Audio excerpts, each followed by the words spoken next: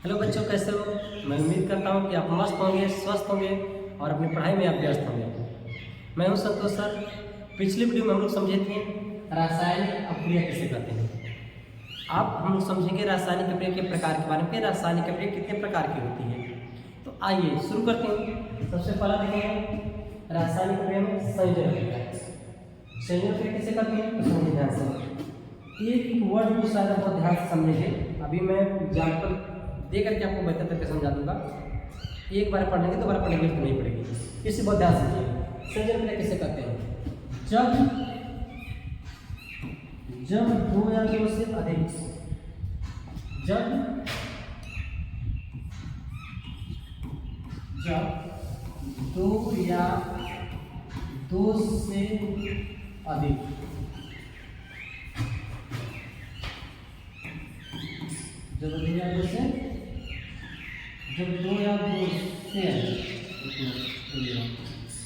जब दो या दो से अधिक पदार्थ या तत्व कर सकते हैं। जब दो या दो से अधिक पदार्थ मिलकर एकल उत्पाद का मतलब होता है केवल एक बनाएंगे। एकल उत्पाद का निर्माण करते हैं,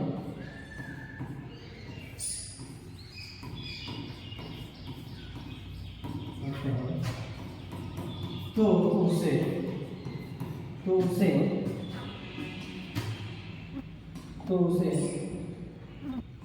संयोजन अपक्रिया कहते हैं। उसे संयोजन अपक्रिया कहते हैं।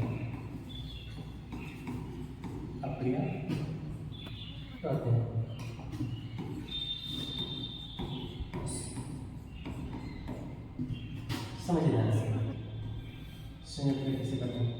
देखिए मैं क्या दिखाऊंगा। संयोजन अपक्रिया किसे कहते हैं, कहा कि जब दो या दो से अधिक, देखिए जब दो या दो से अधिक तत्व या पदार्थ कह सकते हैं, पदार्थ में तत्व भी कह सकते हैं, मिलकर एकल उत्पाद यानी एक यौगिक बनाए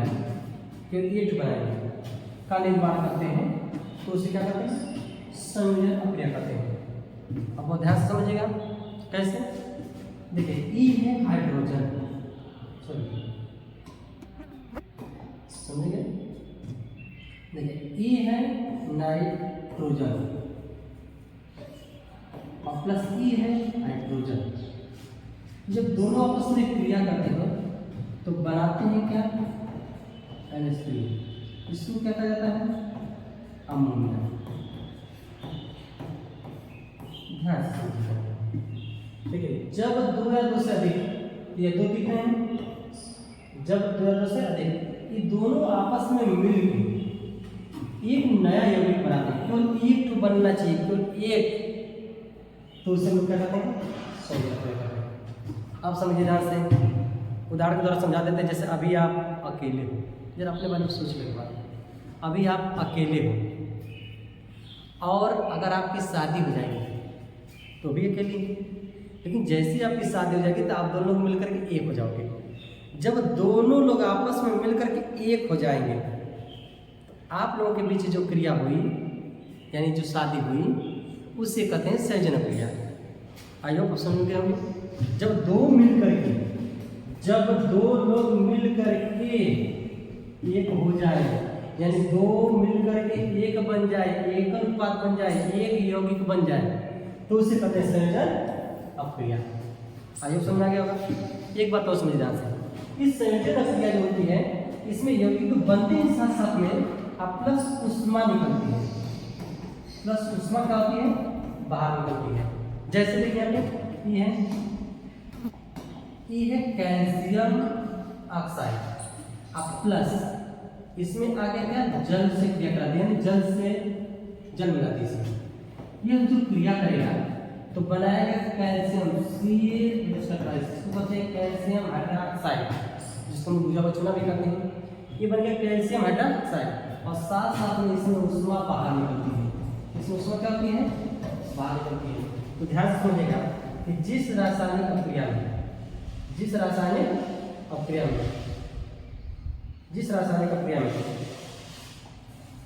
एकल उत्पाद निर्माण के साथ साथ अगर ऊष्मा उसमें से बाहर निकलती है तो उसे हम एक और अभिक्रिया के नाम से जानते हैं। इस प्रक्रिया को हम लोग कहते हैं ऊष्माक्षेपी रासायनिक अभिक्रिया। आई होप बच्चों ये बात समझ आ गई होगी। अगर ये बात समझ में आ गई होगी आप लोगों को, अभिक्रिया कहते हैं। तो आइए समझ गए। ये हो गया कैल्शियम ऑक्साइड प्लस जैसे क्रिया किया तो ये हो गया कैल्शियम हाइड्रोक्साइड प्लस ऊष्मा बाहर निकलने से कौन सा पाएंगे, ऊष्माक्षेपी रासायनिक अभिक्रिया। आई होप अच्छे समझ में आ गया होगा। अगर ये बात समझ में आ गई होगी तो बच्चों इस टॉपिक्स को, इस चैनल को, इसको लाइक करिए, सब्सक्राइब करिए और बेल आइकन दबाना ना भूलिए। आज के लिए इतना ही, तब तक के लिए थैंक यू। मिलते हैं नेक्स्ट वीडियो में। Best of luck.